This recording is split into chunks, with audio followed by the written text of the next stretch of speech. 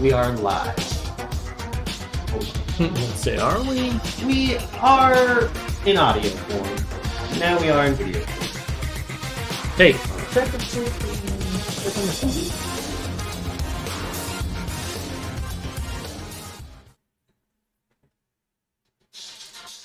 Alright. Yeah, it's the Tattered Map episode 1. We're jamming like it's Batman Beyond. It's great. Francis Parker Yockey, this guy. He won the Cold War. He won the Cold War. Yeah, he died in 1960, but he still won the Cold War. Okay, let's fucking talk about that special guest. He won the Cold War, but he died in 1970? 1960. 1960 he Give me a died? second. I'm gonna get his wiki pulled up here and real this is quick. not David Lynch. This is not right. Right, he looks so much like David Lynch. A lot like David Lynch. No, he was not the first American neo-Nazi, but one of the earliest, and he wasn't particularly influential in the U.S., but he was very influential in Europe. Okay. When he went on the run at one point, because U.S. authorities were looking for him, he started the European Liberation Front, or ELF. Okay. Elf. Yeah, the ELF. Okay. Okay. Thought I'd just pull up some other. There we go. Yeah, when the thing about Yockey is that okay, he believed. Let's get this. Let's just go straight from the wiki. This seems pretty straightforward. Yeah. Yockey was rather unusual amongst thinkers of the far right post-Second World War. While some European and American nationalists of the post-war period advocated an alliance with the United States as the best hope for the survival of Western culture under the threat of communism, or, in other cases, a rigorous third positionism, Yockey felt that an alliance of the right with the left was a far more desirable course. The proposed alliance is referred to as the Red-Brown Alliance, the color red representing the far left and the color brown representing the far right. Yockey believed that American universalism, democracy, and consumer culture, which was by then spreading into Western Europe and much of the rest of the world, as well as its alliance with Zionism, was far more corrosive and deadly to the true spirit of the West than was the Soviet Union. Yockey supported an alliance of the Soviet Union on a philosophical and geopolitical basis, the latter stemming from his attendance of the Slansky trial, prompting him to believe that the USSR had become genuinely anti-Zionist under Joseph Stalin, that in its authoritarianism, it preserved something of the traditional European concept of hierarchy, and he felt it could more easily be adapted to the rightist orientation over time than was possible in the egalitarian and liberal United States. The former stemming from his Spinglerian concept of culture pathology, Yockey did believe that America, though corrupted by liberal materialism, was a colony of the West, and consequently could harm the West spiritually due to its alleged Jewish hegemony, whereas the Soviet Union was a Slavic regime and could only hurt the West materially. He thus believed that true rightists should aid the spread of communism and third world anti-colonial movements wherever possible when it threatened the United States, and he remained staunchly opposed to the government and culture of the United States, which he considered to be corrupted by liberalism. Whoa. So if you understand that, right, then you understand that in a weird way, you'll find that if you look in Soviet history, they don't call it Nazism. Oh. They call it Hitlerism. Really? Early Nazism Yeah. had a faction called Strasserists. They were a Yes, pair of brothers, I've heard the that. Strasserists. Yeah. And they got, one got kicked out and the other got killed on the Night of the Long Knives. Oh, shit. They were the faction, they put the socialists in Nationalist Socialist Party. Yeah. They believed that what Hitler was advocating, as he was taking over the Nationalist Socialist Party, was minimizing workers' rights and was functionally becoming corporatism. Okay. They deify ideals in Russia, too, it seems like, right? Like, that's like a naming Yeah. convention of theirs. Like, Very like, much. Let's identify the person who said Well, this because shit. you've got to keep in mind that before this period, like from 1918 forward, you've got a socialist regime in Russia. They're looking for allies anywhere that are socialist, and during that build-up period, before Hitler took over, it probably looked to them like the National Socialists were people to make inroads with, right? Yeah. Yeah. So if you keep that in mind post-war, if they still had that view under Stalin, then they wouldn't have a problem organizing with nationalist socialist Nazis who believed that the Soviet Union offered a better model, and that probably incorrectly Stalin thought that was going to be adopted to rightism over time. Okay. You got me? So he would find allies in them. Okay. They would have likely set up communiques when he went over to Europe. Yeah.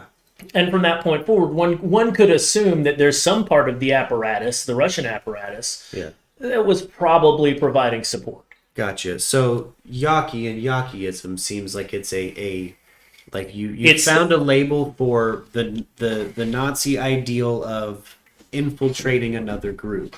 In this case, it's a syncretism between positions of the right and the left. Yeah. Okay. Right? Yeah. Which, when you hear people argue, oh, well, that's what Nazism is, that's what they're talking about, is this pre-Hitler Nazism. Gotcha. Right? Gotcha. And structurally, that would work fine Yeah. Based on what he's saying, well, on the concept of the enemy of my enemy can be my ally. Yeah. Yeah. See, that's okay. Interesting. And if you look currently, Interesting. Yockey is very well represented on YouTube for Hearts of Iron 4, The New Order. Really? He is a character along with some other players in this weird story, like Mitch Warbell, that you can access. You can make him president of the United States. The only Hearts of Iron? Yeah, and if you've got this mod, The New Order.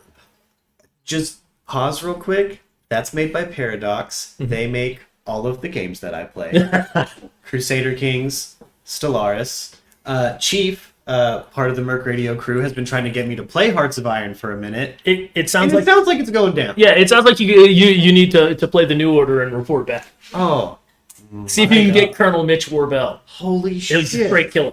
He's look. You're not supposed to like bad guys, but in a story of all villains, you're gonna have a favorite. Holy shit! And he's definitely my favorite of the bad guys. So someone has put all of these characters, Yockey. I'm not gonna say all of them, but those two definitely. Yes, and it's weird that Yockey's in there because Yockey is not particularly known or represented in the West. Okay. And for him to still not just have influence, but the fact that he's starting to have current influence on the video game scene. Oh. And when I say that, that's pretty wide. But Yeah. like it's there. If you put his name in, you're going to find audiobooks of people reading his book Imperium, which is a pretty big dedication to his ideas, it seems like. That's wild. And Hearts of Iron content. And Hearts of Iron content. Yeah, it's So pretty weird. Wild. He seemed okay. So this is a character who was he influential during the Cold War? I suspect he was, Like, but not this was- not overtly. Gotcha. Not So overtly. Gotcha. Okay. He was obviously definitely on the FBI's radar. Okay. I only say that because it's his legacy here. Yockey himself did not have a very significant influence on the American right, however, which throughout the Cold War, for the most part, remained staunchly anti-communist. Yeah, that's the American He had a right. much greater impact in Europe, like you had said at the start, which he was more of a European character here. So yeah, I just imagine that maybe his ideology is spreading and blooming. Oh no, it is throughout currently Cold War like Europe. you not just currently or in Cold War Europe. When I say he won the Cold War, you look at the Nazbol movement in Russia that's heavily influenced their culture, Oh, and it's pure Yockeyism. It's absolutely Yockeyism. oh shit. And again, like you would be okay with it if you were a communist infrastructure. If you if we were to hop perspective real quick. Yeah, because for him, it's not about economics. It's about cultural mores. Yeah. You're maintaining. Yeah, you're being compliant too. Yeah, when we think of right and left over here, it's all boiled down to a simple economic view of it in the U.S. Yeah. But that's not universal. Gotcha. So what years did Yockey pop off in Europe? Like it's kind of like he didn't necessarily like start off as a popular person, right? But he No. see 1930s and stuff. So he lived through World War II, right? And saw World Oh yeah, War II. yeah. No, he got his undergraduate degree here at the University of Arizona. Oh. Graduated cum laude from Notre Dame in 1941. Oh wow. Yeah, he wasn't unknown. He's not uneducated. No. He's just a fascist. Yeah. Willing to work with anti-Zionist communist governments and movements. So okay, gotcha. So this is just a very important player in the modern ideology of what's going on. Yeah, like I don't want to, we've only got so much time, so as y'all can see, there's a pretty good wiki here that'll give you an overview of where we're coming from. So, once again, he starts becoming relevant around 48. Well, this is post Project Paperclip. Okay, I wanted to bring us to the next topic, Project Paperclip, because now we are chronologically there. So, for anyone who doesn't know, after World War II, we got a hold of we say it was just a ton of German scientists. What it was mostly psychologists, as near as I can tell, but also a lot of rocket scientists and anybody involved in any technology that we could find. A lot of these people, though, ended up in NASA. Yeah. I know a bit about that history. Now, when people think about NASA, they think about Dallas and Cape Canaveral, right? Yeah. But right between the two is Huntsville, Alabama. When you think of Alabama during the post-World War II period, you might think of a lot of racism. Yeah. Yeah, it's sort of the perfect place for a bunch of post-war Nazis to feel at home. Oh, shit. In the U.S. It's segregated. Yeah, that's where Werner von Braun was. In Alabama.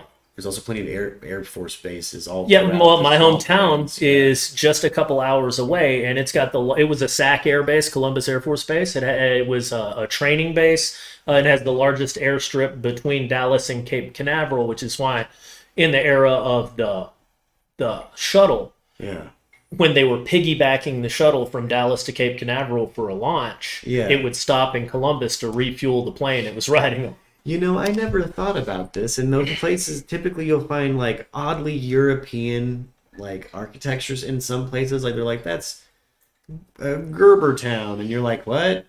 As an aside, if a person wanted to hear what Confederate English sounded like from that era, apparently down in Brazil, hotbed of post-war Nazis, there's a town where a bunch of Confederates moved after the war. They were like, we lost, we're out. Whoa. And yeah, they still have like a cultural celebration every year in hoop skirts. We can look it up at some point. Whoa. Yeah, it's wild. Racism moves away sometimes. It doesn't stay and wait out a hurricane. You know, Germany had a lot of stuff in South America.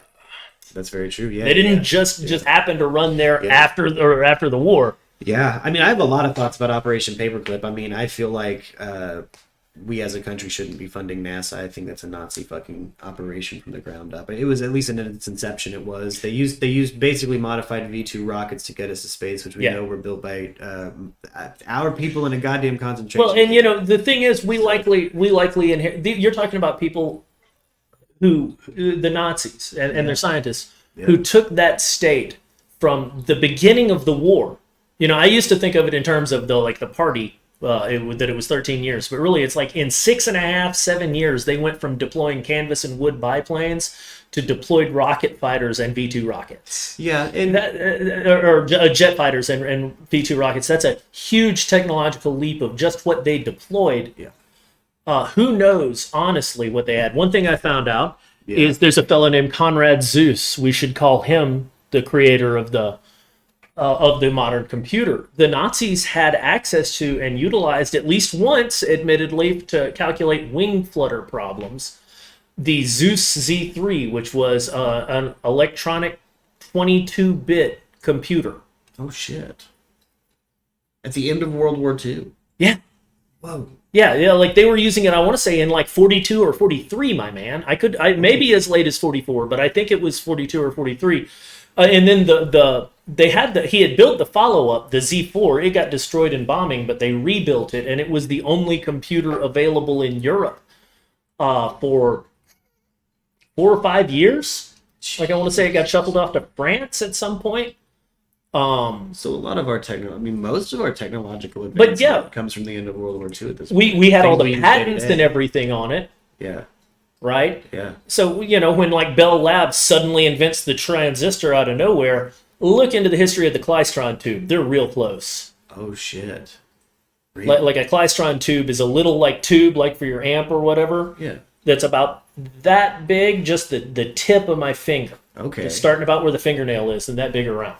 About the size of a transistor. These little tiny tubes. Yeah. Oh, dude. They had camera-guided bombs. They had Mark I versions of every form of smart weapon we currently use. Everything but the Kevlar.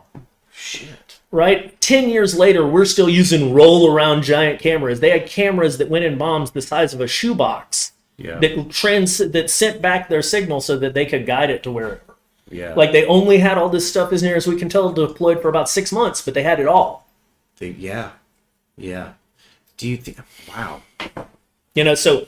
We likely got access to all of that developmental technology. Yeah. So when you hear about shit like Nazi UFOs, look, I'm not saying they had anti-gravity fields, but they probably had some sort of weird disc craft. There's a reason GIs saw them everywhere.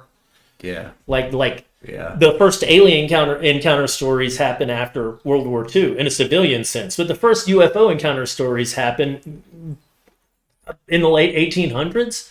and they call them airships, and they're and they're more like what we would think of as a Zeppelin, even though Zeppelins didn't exist, but secret military technology. What did it turn out to be? Bullshit. The History Channel propagated fucking blueprints, apparently from like somebody that ended up at VW made for the fucking Nazis of like a disc craft. I haven't looked into that on the History Channel. I tried to find shit. But if you I look saw it on the at History Channel forever ago. yeah, like you can find that there were domestic disc craft powered by rotors, like disc shaped craft, that are more like helicopters, really. Yeah. That use a multi-rotor setup like a modern drone. Which you can find that, I think. And then there's the Aero car, which happened in Canada and got shut down. Which that would freak out a fucking GI who's used to biplanes. Yeah. Like you saw a disc-shaped helicopter. Like you say that like to our current perspective, it's like, well, they would do it. No. Like if you were used to fucking biplanes, trench combat. Yeah. Like that's gonna look like the goddamn. It's gonna look like aliens. And you look into things like the Battle of Los Angeles. Oh yeah. Right, where it's like 3 days of the military shooting at lights in the sky. Those things still happen today. Like it's a news story for 3 days and then it's gone every fucking time. Finally, a couple months back, the U.S. is like, "Yep, UFOs exist. We don't know what they are." Anyway, moving on.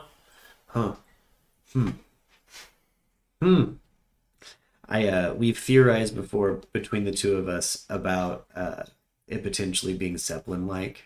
Yeah.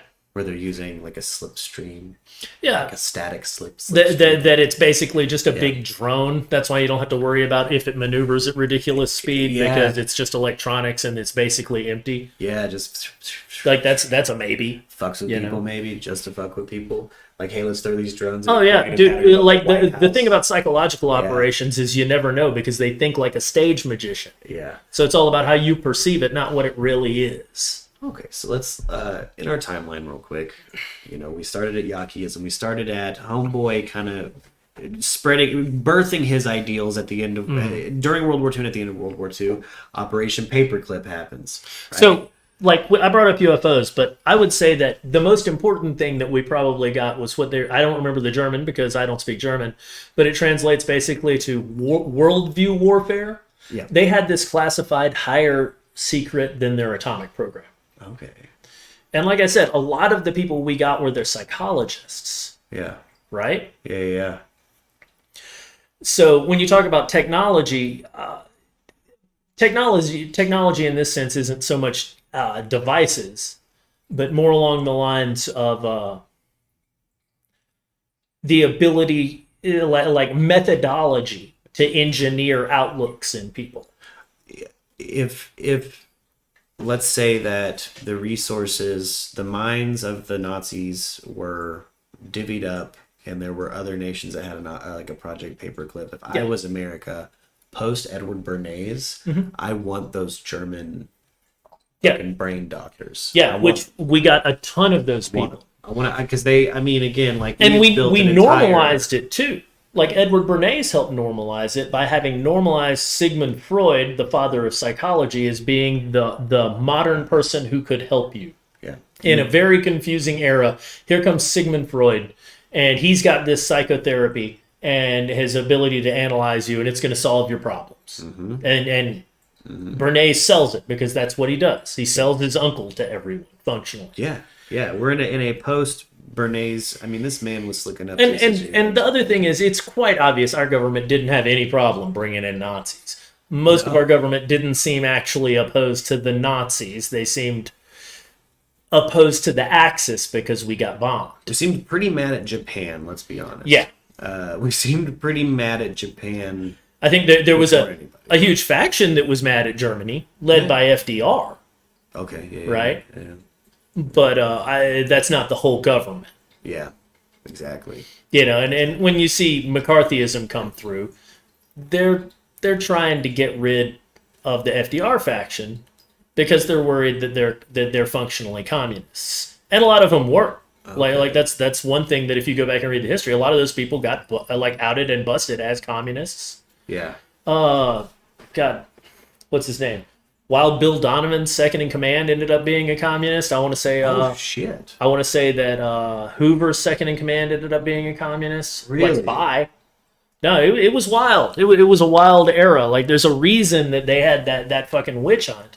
Even though, to my mind, obviously you went too far. You got to allow people to be communists if they want to be communists. Yeah, it's the birth of the Cold War. Two superpowers are racing to be. It was functionally illegal at that point because of the USSR, and then we get into that Doolittle memo and its repugnant philosophy that we talked about in episode 0.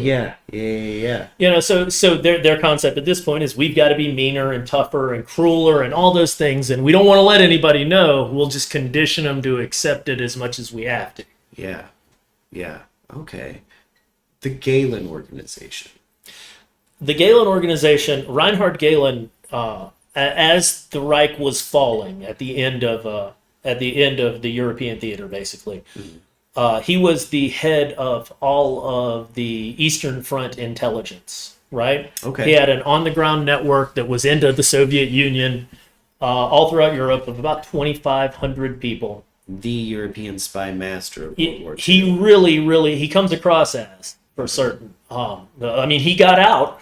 He ended up becoming the head of West German intelligence after the war. Okay.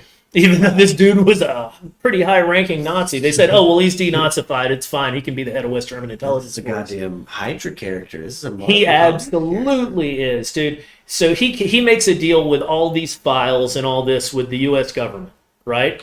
Yeah. With the OSS and the U.S. government, and they up through the beginning of the CIA and for the first couple of years of the CIA. They're literally the only place that we got agent, like on-the-ground human intelligence about that era. Oh. They probably lied to us completely and totally about how much arms that the Russians had, which sparked the arms race. Okay. Which doesn't that work well for the Nazis, playing off the Soviets against the Americans immediately. Because they know if they dissolve, there's going to be two. Oh, yeah, dude, Patton didn't want to stop fighting. He wanted to keep the war going and just keep invading all the way to Russia. He was, yeah. No, absolutely. Like, that's probably why he died in a Jeep accident.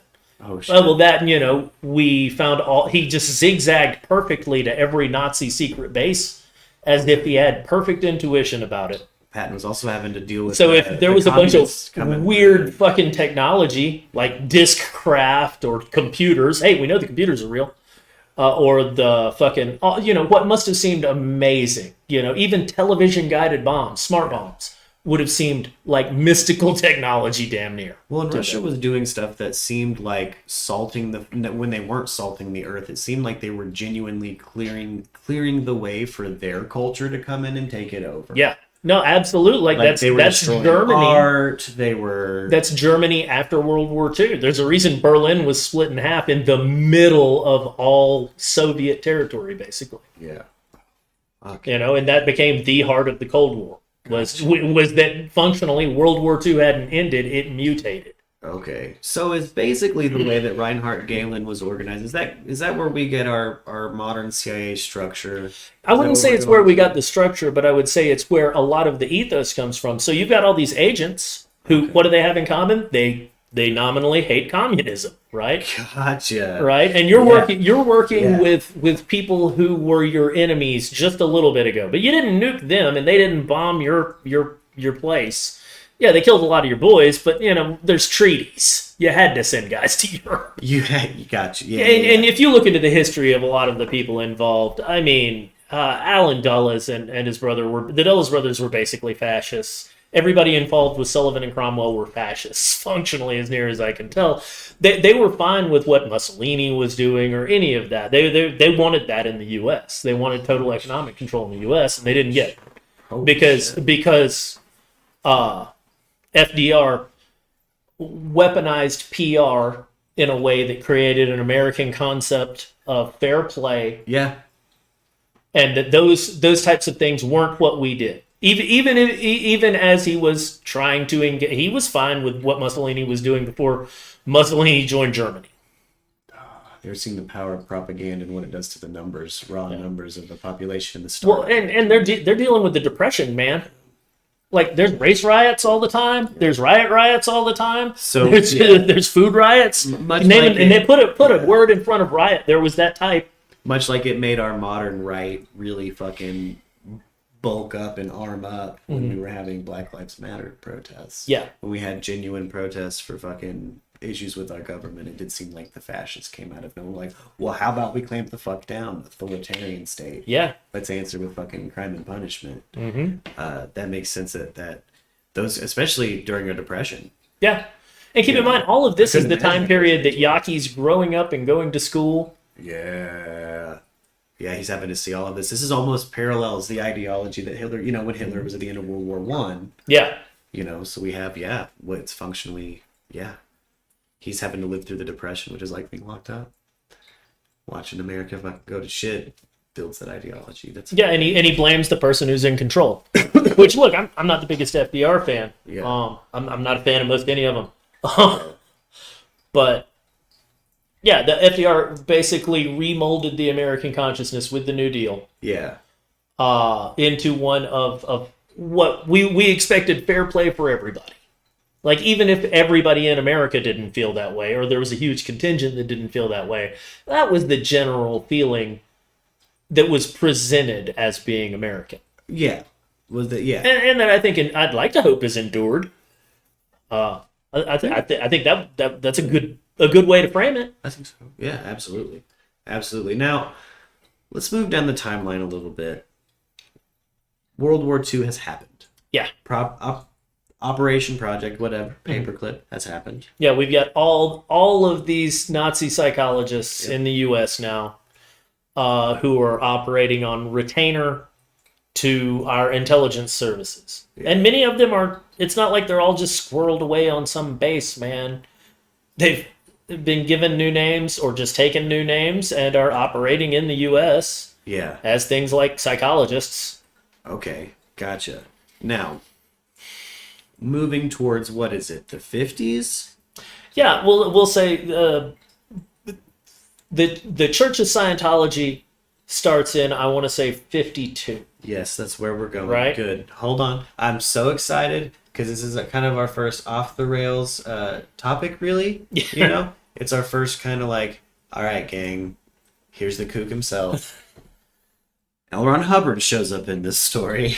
Well, if you look through World War II, it's not like there's not occult threads all through it on both sides. Yeah, absolutely. No, yeah, we talked about that in episode 0, how it seems like there was like a serious militarization of how to run an occult group. Everyone from A-lister Crowley, right? Crowley's on retainer to MI5 and MI6, as I understand it. Yeah, the UK. And supposedly came to the US to try and drum up support. Yeah.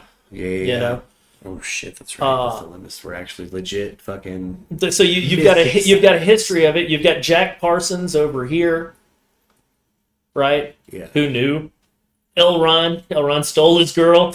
That's right. Jack Parsons. And then he blew up his own face. Rocket scientists, and then blew up his own face after getting girl jacked by L. Ron Hubbard. And L. Ron, he claimed to work for Office of Naval Intelligence. I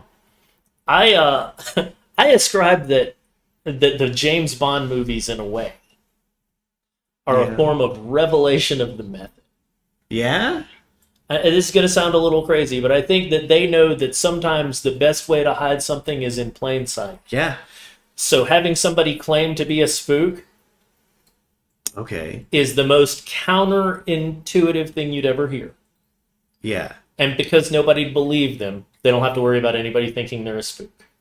Gotcha. They're just play acting, and everybody knows they're badly play acting. Gotcha. Maybe he said he was naval intelligence, but he was something else. His record reads like he was, He was nothing. Like they can sheep dip records. Like a bitch that got pink eye. That's what I was going to ask. Yeah, like official records don't really matter to me. They're nice sometimes if they can prove something. Yeah. But when we're talking about and when I say prove something, if they can say they confirm something, they don't prove anything. What they do is, if you get an official record that confirms something, it's like they don't admit it didn't happen. Yeah. Yeah. So with people like that, they will alter their records. Gotcha. Look at Bob Lazar.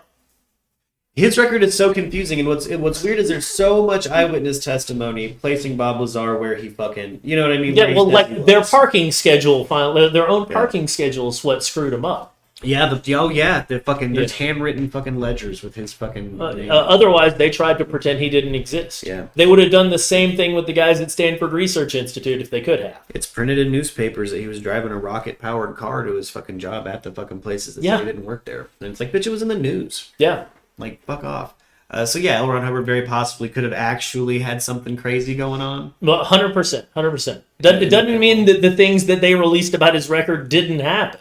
Gotcha. Like, I want to be clear. Guy on a fucking I'm not going to say that he's he's a super competent super spy, and no, it's like that probably also happened, but so he immediately sets out. What does he do? He creates an organization of fanatics who will fund him.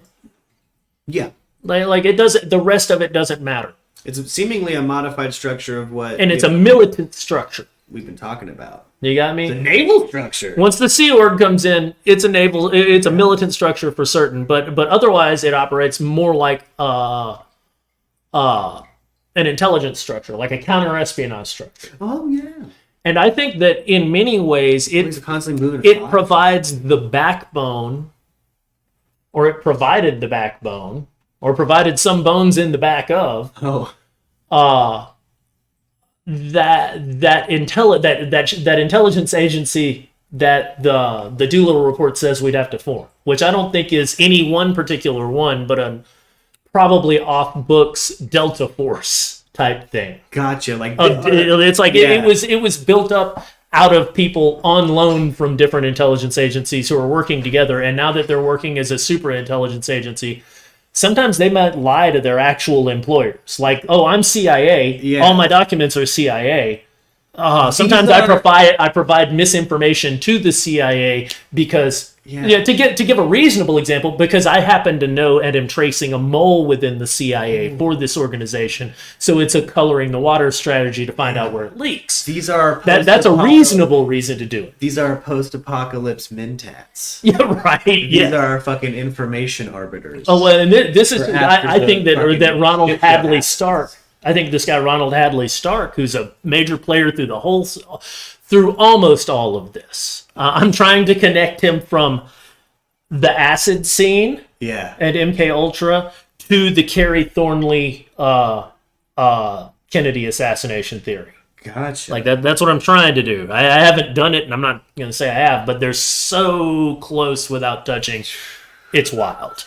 There's got to be something there. So, okay. But I think it provides a backbone of this. So one thing that happens is a lot of people who've been involved in Scientology, and Scientology's altered itself over time. The Scientology of the 50s and 60s is far different than the Scientology of today or even the 80s. It seemed a lot more like it was just straight Dianetics, the book Dianetics. It was, and if you look into the history of it, another guy owned half the copyright on that, so Hubbard totally rewrote Dianetics at some point. Yeah, so the Dianetics you can buy today is not the Dianetics, say, Charles Manson read in jail. Good Lord. Who was the other dude? You can look it up on the wiki. I can't ever remember his name straight off. Oh my God. That's... So... It's ridiculous. I think that the goal was sort of a cult incubator, right? It brought in a ton of people. Proof of concept. Not just a proof of concept, right? It's got a naval organization. That's true. Yeah. Okay. Yeah. He's got international capabilities. It's a navy and an intelligence organization, like the Office of Naval Intelligence that Hubbard claimed to have worked for. He was on Interpol's map when he was running in his boats. Yeah. Trying to dig up gold from his past lives. Or whatever. Or meeting drug smugglers. Either way, there was some bitchin' jazz on some boats. Yeah. And I'm... or he was bringing Orange Sunshine over here from Paris. What? Yeah. You think maybe they were smuggling acid? What better people to smuggle the acid? Because those squares aren't going to do it. Exactly. They're fucking post-apocalyptic culty mentats. They work for the fucking... Well, and when you've got people who are interested, but not the type of people that you want within your organization, that's right? You spin them off into their own organization. Now, this is where we get... And so this all ties to my mind to Project MK Ultra, which was a series of projects that get folded into each other and constantly change name. That's what we're going to call it.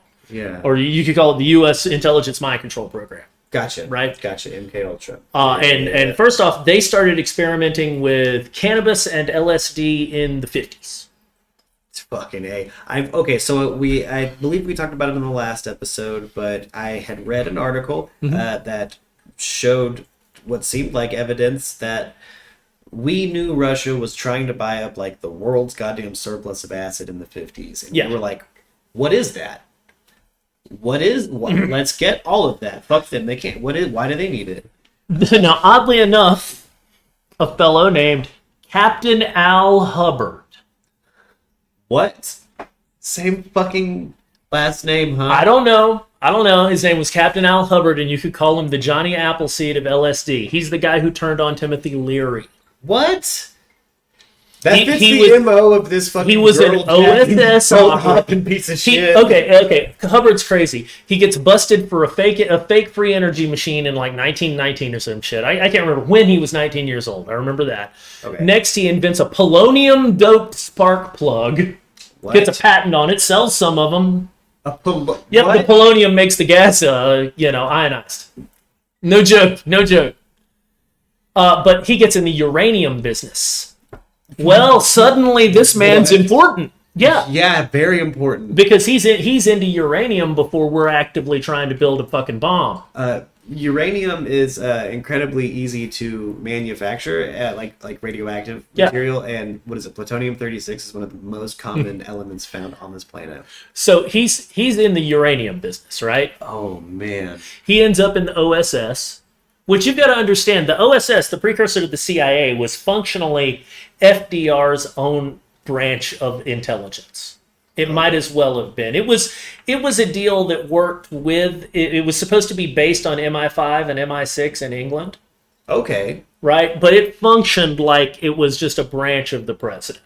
Yeah. Okay. And they could go as cowboy and wild as they wanted. They had executive fucking permission. So he ended up working, as I understand it, for the OSS for a while. And during this time period, we'll get to it at another episode, probably just on this dude. He ends up becoming a huge fan of LSD and starts proselytizing it to everyone. As you do when you get enough of it. Dude, he may have provided, I think he's the one who provided LSD to Leary that Leary gave to Cord Meyer's wife. God damn. And Cord Meyer was one of the generals that hated Kennedy. The fuck? Yeah, no, it's like the history of if you read a book called Acid Dreams, it's astoundingly well footnoted. I can get a link to a PDF that we can put in the description. Yeah. Oh, yeah. We'll down in the comments. But no, it goes into almost all of this type of material as related to the origins of LSD in the intelligence sphere and its use in the 50s. Because they were trying to create truth serums, right? One thing they created was... Oh, yeah.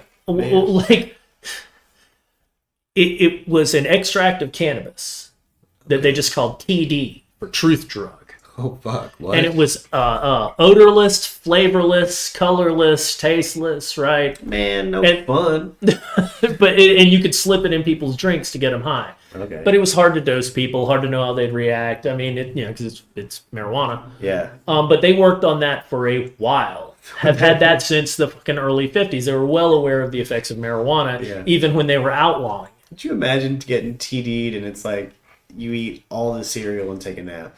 Oh well, like most people think MK Ultra was about LSD, but for every bit of LSD study they did 5 times as much study on BZ gas. That is the shit that's like the movie Jacob's Ladder he's supposed to have been dosed with.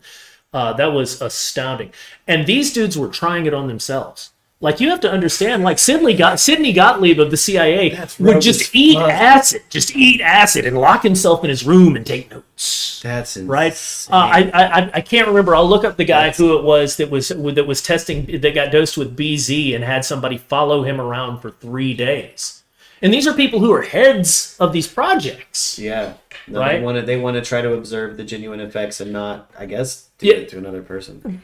Well, or they want to see genuinely. The CIA, hands-on. Their belief was functionally that LSD only served to emulate psychosis. Okay. Right? It was an artificial psychosis, and that was its only, like through the 50s, almost all of them, that was the belief that they held. But it's the crazy drug. And you've got to keep in mind that throughout the 50s, LSD was legal and being used by psychologists in the U.S. regularly. I want to say it was Senator Ted Kennedy's wife had LSD treatment. He was interviewed on television, and he was asking them, okay, why are we outlawing LSD now when 6 months ago it was considered a viable treatment? Holy shit. Yeah. No, tons of people had LSD treatment. LSD was something that rich people had access to in the 50s, and culture creators and government people, they were all blowing their minds. And they knew it wasn't an issue. Yeah. But the psychologists of the era said, no, well, this is a psychotomimetic. Yeah. And so whenever they'd go in, they didn't understand what's called set and setting, apparently. And so the setting that would put the set in the people was that this is going to make you crazy. Yeah. Well, I've mentioned before, I'm a hypnotist. You're front loading them with suggestions. You're priming them. If you prime somebody to tell them as an authority that this thing that's definitely going to cause things that you can perceive is you being crazy, that's how you're going to perceive it most of the time. I mean, if every hit of acid I had ever taken was given to me by somebody who was like, this is a bad time. Yeah. I'd be like, the fuck, and I'd have a bad time. Exactly. Like, you would have a bad trip. You know, and this leads to the story of Timothy Leary, which is honestly is pretty wild. Most people just think of him as acid grandpa, but I've come to the conclusion that guy was working for the CIA the whole time. The whole time. The whole time. And I don't think that I think he believed that he was making the best choice, not just for Timothy Leary, but also for Western culture. Gotcha. By maybe sparking some kind of... Well, okay, look. Having done that drug, it's hard to not constantly talk about it after you've done it and want everybody you've ever known to try it too. You know, we have a very sanitized view of what the 60s and the late 60s and early 70s were like, especially like, say, the riots at the Democratic Convention. And we have them wholly posited through like a racial justice narrative now. Yeah. But there were so many people who they were taking LSD as often as they could, smoking the most powerful weed that they could all day, every day, which if you do, yeah, sure. In modern context, yeah, I went and bought some free legal weed. You know, this is not controlled. I'm free to buy this stuff, you know. Yeah. No, man, in the 60s and 70s, you could be looking at a serious sentence just for having it. It was a revolutionary act. Living that life was an act of revolution. Living it every day, the whole thing, the going and getting whatever you did, doing it, etc. You were revolting against the man, as it were. System. Yeah. It sounds ridiculous, but coming out of the hyper-controlled 50s. Yeah, okay, yeah. This was a complete break away from the nuclear family idea. Absolutely. And, you know, the hippie movement. And you're in the height of the Cold War, everybody's afraid that they're going to get nuked. Yeah. You know, so a lot of people are like, wait, why are we even doing this? What's the point? Why have this seems like madness. Okay.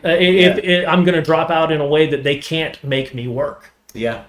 Yeah, they're gonna definitely know I'm crazy when I go to try to get draft, like when they try to draft me. And there's a lot of evidence that the CIA was fine with this because they understood, probably because of all those fucking Nazi psychologists they had, that could form a type of controlled opposition to subvert the communist left. Yes. Right? That was taking over the left. And it did. The new left versus the communist left was a huge split during that time period over drug use and its revolutionary applications. Yeah. You see the same thing. Even, like Timothy Leary makes it to Africa after he escapes to Cleaver Eldridge, or not to Algiers. And Eldridge ends up putting him on house arrest, saying, no, this dude's mind is fried, and doing drugs is anti-revolutionary. Yeah, they built two extremes where in the middle is a National Socialist. Right. No, well, and during that time period, people at the left were absolutely confused. If you were a nominal moderate, then you were having to pick between hard left communist Marxists in the U.S. in the Cold War. That's a hard proposition for a lot of people. Yeah. And people who were like, the only way to win is to take drugs that make you seem crazy and unkempt all the time. And don't vote, tune out. Yeah, don't vote, tune out. Just refuse to comply. Yeah. You know, and they were doing that because they believed that they had been programmed. which maybe they sort of had been, honestly.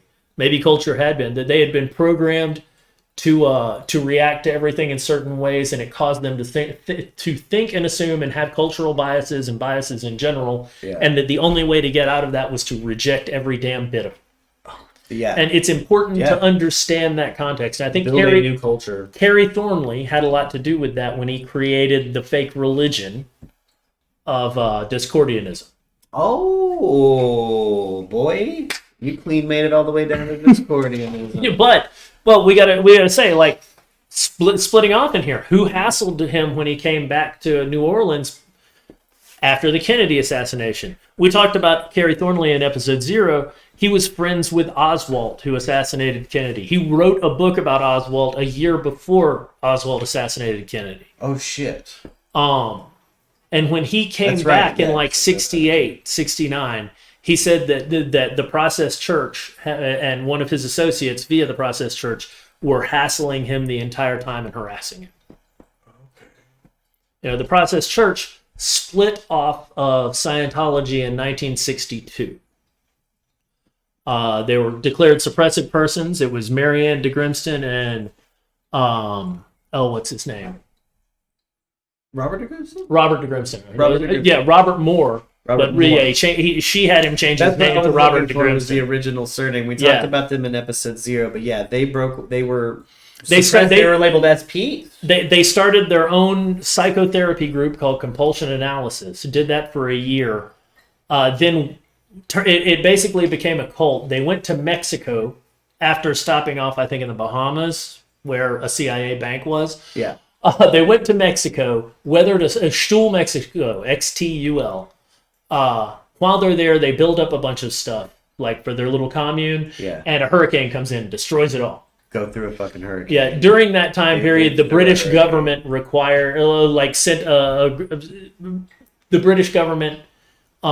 pursued legal action against them and repatriated some of their members who were under 18, I think, or it might have been under 21, who were under 21, I believe, like between 18 and 21.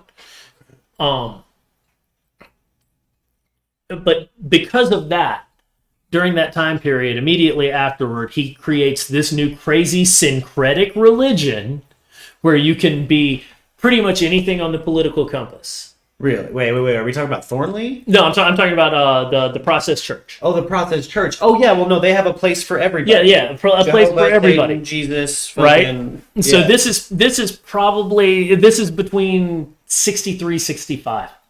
Okay. Right? Thornley, I want to say, creates Discordianism in 68, right? And they're established at this point, and they've already moved to New Orleans. Okay. And I am looking for the source on this, but I have read before that Ronald Hadley Stark was the lawyer who incorporated them. He definitely had a very good working relationship with them. And this is the guy who appears everywhere until he dies in 1984. The Ronald Hadley Stark Incorporated, are you talking about the Process Church? Holy shit. As a religion in New Orleans. When they were in New Orleans. Now Thornley, he had issues with the Process Church, or when he had moved, he after the events of the book Conspiracy to Assassination, or Confession to Conspiracy, he moved to New York. He testified in the Warren Commission. Ends up moving back to New Orleans. And when he moved back, he started having problems. He said he was continuously persecuted by the Process Church. Really? Yeah. In New Orleans. Now, explain for the viewers a bit Discordianism, if you can, in a brief way. I should have it pulled up because I'm at a point that I'm now mixing up every damn name. Oh, let's hit the wiki on Discordianism so we can remember the other guy's name. It's Greg Hill. It's Kerry Thornley and Greg Hill created Discordianism in, I want to say 1968. No, 1963. Oh, wow. Oh, wow. So, okay. Yeah, so Discordianism is actually probably started congruent to or shortly before the Process Church. It's a joke religion, right? Okay. But it's not a joke religion. If you read through the Discordian book, it's like the biggest joke is if you take this as a joke. Gotcha. Yeah. Right? Yeah. Okay. Yeah, you can declare. That's right. And Discordianism became a significant cultural underground faction. I'm not going to act like it was huge, but it was definitely significant because they were culture creators and they were a form of culture jammer. Robert Anton Wilson was constantly talked about Discordianism. I would say that he was a bigger proponent than even the creators appeared to be. Yeah. Like that's, so Robert Anton Wilson's influence to the people with the Discordian ideals is massive. Like I know for a fact it had to have been a fucking group that was rolling around. 100%, and it continued to be, and then it influenced like the Church of the Subgenius, which was more like, oddly enough, a play on Scientology. Yeah. But it's as if you're seeing sort of the same forms being utilized, except with self-awareness. You got me? Like they're not afraid to mock themselves, and in that sense, it makes them stronger as structures because they can survive critique. And now it doesn't have to necessarily be just genuinely religiously zealous people. It can be people with just a sense of humor. The thing is, you can get both. Ivan Stang ended up saying he was shutting down the Church of the Subgenius a few years back. Yeah. Because people were taking it too seriously, which I assume it's because a lot of people associated with that and associated with modern Discordianism, which is still going strong. You can find disco groups on Facebook. Yeah. They really liked Trump. Damn, really? They really liked Trump. The Discordians were not universally. Like there's a split. Yeah. But there was a lot, like, because if they're into jamming the system. If you're into jamming the system, then you probably think it's hilarious that guy gets elected. What a better candidate if you're into jamming the system. If the system's a joke to you. Yeah, absolutely. Holy shit. So basically what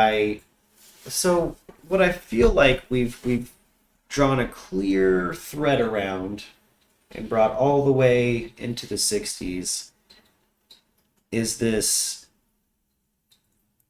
concept of subverting and controlling any demographic of people and every demographic of people. Absolutely. It all feels like it started off maybe as an MK Ultra program. Yeah. Not solely for the idea of mind control and the idea of like creating a Manchurian candidate, which is a very mechanistic way of looking at it. Yeah. But in terms of general culture control. Yeah, well, by the time we're at MK Ultra, I guess we would be working on how do we branch out as far as possible. We need not just, like now, I don't know, we've kind of established like the idea of like, well, the naval cult is Scientology. They're like, they're going to be the Navy for this repugnant philosophy. Right. You know what I mean? It seems like we've gotten to the point by the time the 70s is cracking off where Discordianism, now we have a new subset of authors and comedians and artists and people who consider themselves apolitical now having a political stance, and it's to jam the system. Absolutely.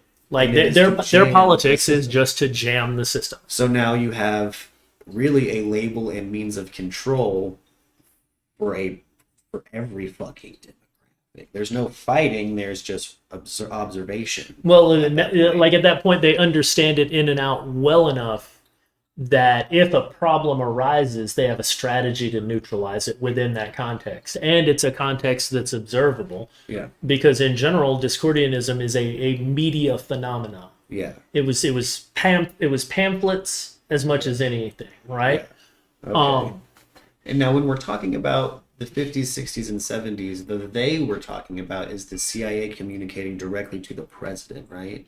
Yeah, well... Or is it just the CIA communicating internally and being cowboys? And I would say it's more the CIA becoming cowboys, that in the post-Truman era, especially the post-Eisenhower era, this is the military-industrial complex he's talking about. Gotcha. Right? It's the group of people who have decided, after getting their minds blown on acid, it seems like in the 50s, that for absolute certain, they are going to control Western culture and they don't need to be recognized for it. Yeah. Yeah. In fact, they'd prefer not to be. They'd rather, okay. And they'll do it by any means possible. these are the historical movements that happened by coincidence, not by the acts of people, is how they rather it's the forces of nature. Yeah. They are in themselves not actually people. But okay. Where are we at here? We're at the end here. We're at Discordianism. Yeah, we're pretty much at Discordianism. We've given a good overview of as much as a person can, such an interrelated subject. Yeah. Of the first half of it, I'd say. Okay. Now, yeah, we're gonna try to pick back up on the next episode if you're down at the butt crack of the 70s. Yeah. Like right at the beginning of the 70s, and go forward. We have some big players now in this, like what started as, Hitler. Yeah. What started with Hitler, like what one kind of driving force and ideology splintering off into all of this. But hey, let's wrap this the fuck up. I'm starting to get incoherent. I might have hit my dab pin too much. All right, let's go out on an image. We're gonna keep Elron up. We'll throw some music on if there's anything else you'd like to throw in. Oh, it's so unfair that the elite got to do so much LSD for a decade before everyone else. It really is bullshit, and yeah, couldn't say this enough. Like, when acid comes into the game, it changes things. It's the only drug I've done that after I took it, like the next day, I was like, everybody I love should do this too. Well, dude, and no, that's because I love that exactly is how they were able to control everyone. Yeah. The fact that particular reaction in a positive environment, is so predictable. Yeah. Like, look, man, if you can predict 10% at a casino, you can make a killing. Imagine if you can do it on 50%. Fuck. Yeah, right? Yeah. So like, now the means of control for the population is now super easy. Like, I think that Leary knew he was working with the CIA the whole time. He just thought he was smarter than them. Oh, shit. I like that. Let's go out on that, boy. Ooh, Timothy Leary being a sneaky bitch. All right, you guys have a good afternoon.